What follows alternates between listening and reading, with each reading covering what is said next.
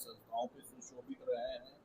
2 स्कूलों के संचालक भी हैं। बहुत हम दिल्ली के बहुत टॉप लेवल के समाज सेवियों में से एक गिने जाते हैं। और सैनी भवन मंगोलपुरी के निर्माण में भी जो प्रमुख योगदान रहा वो इनका भी रहा है।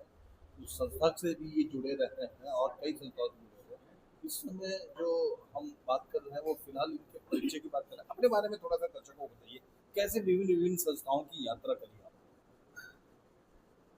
देखिए, मैं बचपन से स्कूल में जाता रहा, कभी गए कभी नहीं गए, दूर पड़ता था यहाँ से।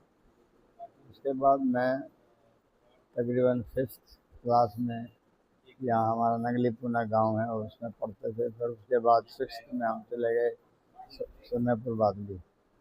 वहाँ हायर सेकेंडरी स्कूल था, यानी हाई स्कूल था, उसमें जा कर के पढ़े। और फिर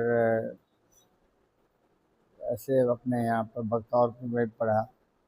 यहाँ से हायर सेकेंडरी करने के बाद मैंने अपना एक बिजनेस किया रेडियो का। रेडियो का? रेडियो का अच्छा। उसमें मैं इंजीनियर रहा। तकरीबन 1 साल बाद मैं इंजीनियर हो गया। और मेरे फिलिप्स और मर्फी टाइप के रेडियो?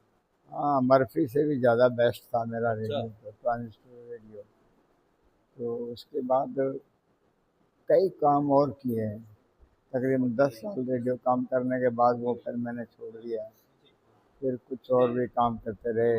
फिर उसके बाद 84 में 84 में मैंने प्रॉपर्टी का काम किया, इसमें बड़ी अच्छी गेनिंग प्राप्त की। और फिर उसके बाद मैंने एक हॉस्पिटल बनाया था, तकरीबन 42 बेड का। अच्छा, दिल्ली और में? दिल्ली में स्वरूप नगर में। अच्छा। और वहाँ 42 बेड का बनाकर डॉक्टरों की एक गलत उनकी वो थी परफॉर्म की। वो अब वहाँ मेरे यहाँ पर आते जो मरीज थे वो उनको जो है बहका करके अपने घर बुला लेते या अपने ऑफिस में बुला लेते, दूसरी जगह बुला लेते। जबकि मेरा महात्मा ज्योतिराव फूले के नाम से मैंने बस हॉस्पिटल खोला था अच्छा, स्वरूप नगर में? स्वरूप नगर में। और उस टाइम ये रिंग रोड वो जीटी रोड नहीं बना था, इधर वाला हाई ऊंचे वाला। उसके बाद तो छोटा परले वाली छोटा वाला रिंग जीटी रोड था। तकरीबन अमूमन एक्सीडेंटल केस बहुत आते थे। और इस तरह से एक हड्डी का जो डॉक्टर था, जो एक्सीडेंटल वगैरह, वो बहुत ही बढ़िया डॉक्टर था, विदेश रिटर्न था। तो उसने उन 2-3 डॉक्टर मुझे अच्छे मिल गए, जिससे की वजह से काफ़ी आगे फेमस हुआ। लेकिन जब कुछ गड़बड़ होने लगी तो फिर मुझे बंद करना पड़ा हॉस्पिटल, तकरीबन 3 साल बाद। अभी जो है फिर उसके बाद मैंने स्कूल रनिंग करे, स्वरूप नगर में बनाया। अभी एक बनाया मैंने इसमें कुरुक्षेत्र के पास, वहाँ पर बनाया। वहाँ सावित्रीबाई फुले के नाम से हमारा स्कूल है, सावित्रीबाई सीनियर सेकेंडरी स्कूल, वहाँ पर है। तो बड़ा अच्छा चल रहा है, ठीक चल रहा है। दिल्ली में? दिल्ली में मेरा स्वरूप नगर में है, जहाँ मेरा ऑफिस है वहीं पर ही मेरा स्कूल है। और वो 8 तक है मिडिल स्कूल। तो ये भी ठीक चल रहा है। तो अभी मैं तो फ्री सैनी हूँ। समाज की विभिन्न संस्थाओं से जुड़ाव के बारे में बताइए। सैनी समाज के विभिन्न से मैं खास करके ऑल इंडिया सैनिक सेवा समाज हमारी एक ही संस्था थी। हाँ, ये इनको मैंने ही बनाया था, श्रीपाल जी को मैं जीत गया था, लेकिन 1 महीने बाद मैंने इनको ही हैंड ओवर कर दिया। अच्छा। हाँ जी, इसलिए हैंड ओवर कर दिया कि मैं थोड़ा तकलीफ़ में था, मेरे पैरों में पेन थी, तो मैंने इनको दे दिया। मैंने कहा कि अब मैं बहुत, मुझे करीबन 25-26 साल हो गए, अब मैं नहीं कर सकता। क्योंकि मैंने बहुत बड़े बड़े प्रोग्राम, लाखों लाखों की संख्या के प्रोग्राम के मैंने किए इंडिविजुअल, जिसमें आपके लाखों। लाल किले पे प्रोग्राम होते थे? वो मैंने ही किया था लाल किले के पीछे। तकरीबन उसमें कोई 1.25 लाख की गैदरिंग कई थी। साल तक होते रहते? हाँ जी। कई कई बार हुए वो प्रोग्राम? नहीं नहीं, वहाँ पर एक बार ही हुआ। शीला ये दीक्षित आई थी उस जमाने में? हाँ हाँ, शीला दीक्षित मेरे ही तो बड़ा फंक्शन में आई मशहूर है थी। आपका प्रोग्राम। उनके अभी मेरे पास सारे फ़ोटो वगैरह सब कंप्लीट हैं। और मैंने इससे पहले तालकटोरा स्टेडियम में 2 दिवसीय प्रोग्राम किया। और बाकी तो पूरे हिंदुस्तान में जगह जगह जाते थे, वहीं पर प्रोग्राम होते थे। ज़्यादातर हमने महात्मा ज्योतिराव फूले और सावित्रीबाई फूले के ऊपर ही हमने प्रोग्राम रखे, इसलिए कि उन्होंने जो हमारे को समाज को, ये हमारा ही समय सभी समाज को जगाने का जो काम किया वो उन्होंने किया। कई एक जो ऐसी प्रथाएं थी जो गलत थी उनको उन्होंने ख़त्म करने का काम लड़कियों में किया। शिक्षा की कमी, विधवा विवाह का ना होना, अभी विवाह क्या होना है, और सती प्रथा थी। और आपका क्या नाम, जो गरीब बच्चे थे उनको पढ़ाना नहीं, और उनको जो है गलत, खासकर लड़कियों को तो स्कूल ही ना भेजना। स्कूल में भेजते ही नहीं थे पहले तो। वो तो उन्होंने पहला अपना प्रथम स्कूल खोला सावित्रीबाई फुले ने, और उनके 8 स्कूल थे। और उन्होंने, उनके साथ बड़ी यातनाएं हुई थी जब अच्छा। उन्होंने स्कूल खोले। और उनका सीधा जो बड़े हायर क्लास के लोग थे उनको पत्थर मारना, कीचड़ मारना, अभद्र गालियाँ वगैरह देना, बहुत कुछ किया। लेकिन वो एकदम निडर होकर कई स्कूल खोले, और अपने शादी करने का जो सामूहिक विवाह का उसका भी उन्होंने जो है प्रोग्राम किया। वो करते रहे, उनके अखाड़ा भी था उनका, पहलवानी करते थे, पहलवान थे वो। और उन्होंने कहा कि आदमी को शिक्षा, संगठन और शारीरिक बल, और कई चीज़ें ऐसी हैं जो मेन तो शिक्षा संगठन था। और उससे आगे जो है अपना समाज को किसी राजनीति में लाना, सत्ता में लाना, वो बहुत ज़रूरी था। तो वो खुद ही एक अपने समाज के वहाँ के पूना के विधायक थे अंग्रेज टाइम में। तो विधायक थे तो उन्होंने एक कॉन्ट्रैक्टर भी थे, वो बहुत अच्छे कॉन्ट्रैक्टर थे और बहुत अच्छे पढ़े लिखे थे, विदेशों में जा कर के पढ़े हुए। लेकिन वहाँ उन्होंने देखा कि यहाँ पर हमारे साथ, हमारे इंडिया वासियों के साथ बहुत गलत व्यवहार होता है। ब्लैक एंड वाइट का, गोरा और ब्लैक, इसका वो करते थे और यातनाएं देते थे। तो उसने सोचा यहाँ से बेटर यही है कि मैं वापस अपने वहाँ जाऊँ शहर और इंडिया में, और जा कर के वहाँ अपने स्कूल खोले, शिक्षा दें, इनको पढ़ाने का काम करें। ये किया। आपने जो संस्था के जो प्रधान रहे ऑल इंडिया सैनिक समाज के लिए, उसमें जब तक आपका कार्यकाल रहा तो क्या क्या आपने परिवर्तन और सुधार किए? मैंने सैनी, साक्य, कुसुमा, मौर्य, माली, जो हम छोटे छोटे जगह जगह हर प्रदेश में अलग अलग नाम से तकरीबन हम जाने जाते थे। कुशवा भी आते हैं उसमें? हैं? कुशवा भी उसमें कुशवा भी उसमें, मैं कह रहा हूँ सैनी, साक्य, कुशवा, मौर्य, माली इत्यादि बहुत सारे और भी समाज हैं जो इसमें जुड़े हुए हैं, जो खेती का काम करते हैं। हमारे लोग ज़्यादातर वेजिटेरियन हैं, अच्छा। नॉन वेजिटेरियन बहुत कम है। सैनिक समाज।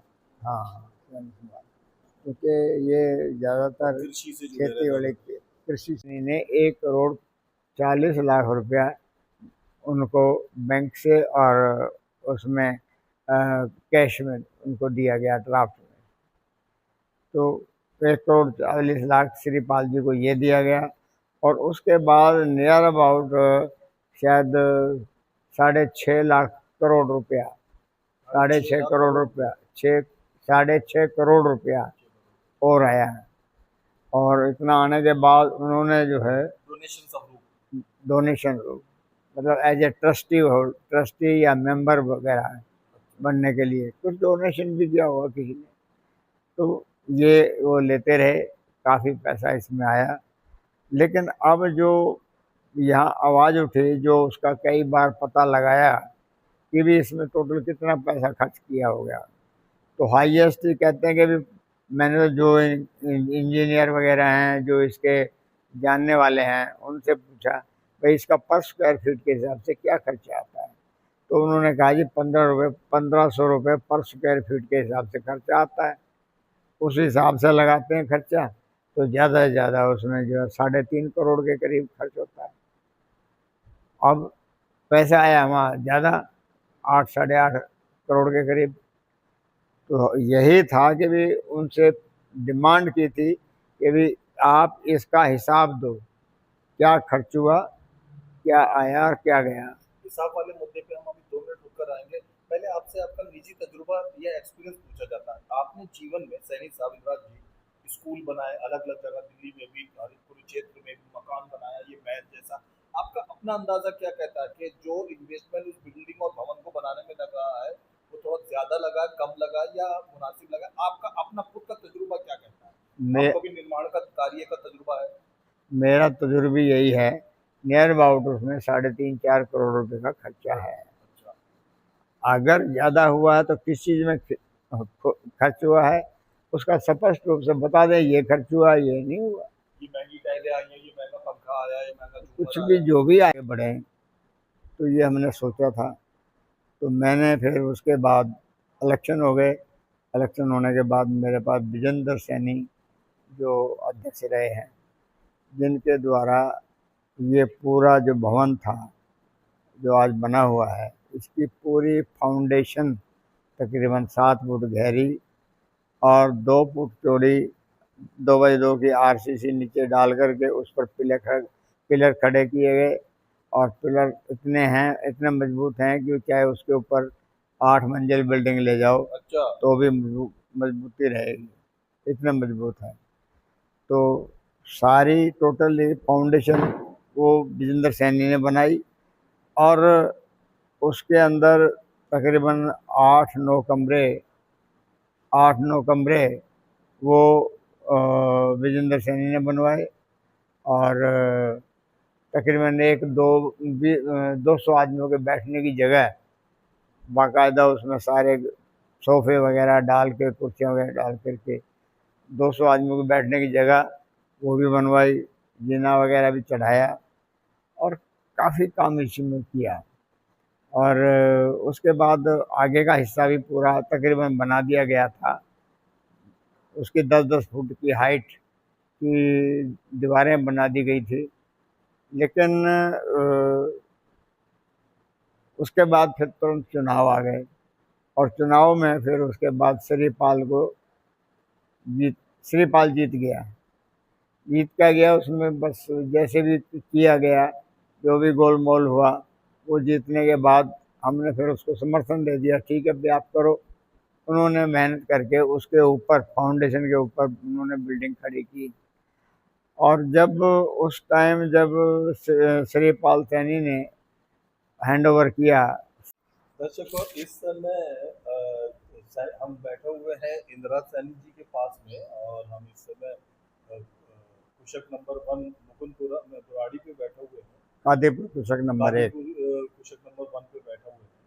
यहाँ मैं पहले सैनी जी के बारे में बता दूं, बहुत सारी संस्थाओं से जुड़े रहे हैं, पितामह है सैनी समाज के। देश भर के अंदर विभिन्न विभिन्न संस्थाएं, विभिन्न विभिन्न संस्थान भी समझिए कि इन्हीं के मार्गदर्शन में बनी है। कई संस्थाओं के अब वर्तमान में संरक्षक हैं, रिटायरमेंट के आसपास में है, तो कई संस्थाओं में सक्रिय रूप से भाग नहीं लेते हैं। फिर भी विभिन्न संस्थाओं के युवा वर्ग इनसे मशवरा लेकर और इनसे मार्गदर्शन लेके आगे बढ़ता है। इस समय अभी थोड़ा समय पहले ही सैनी भवन के अंदर एक महापंचायत का आयोजन हुआ था, जिसमें एक वाद विवाद है कि एक हिस्सा ये आरोप लगा रहा है कि जो पदाधिकारी गण है जो सीट पे बैठे हुए हैं वो करोड़ों का हिसाब नहीं दे रहे हैं और अपनी जगह किसी दूसरे को बिना अनुमति लिए कार्यकारिणी अध्यक्ष बना रहे हैं। क्या कर रहे हैं, क्या नहीं कर रहे हैं, इसी विषय में राय लेने के लिए एक्सप्रेस न्यूज मौजूद है इंदिरा सैनी जी के पास। इंदिरा जी, बहुत बहुत स्वागत है।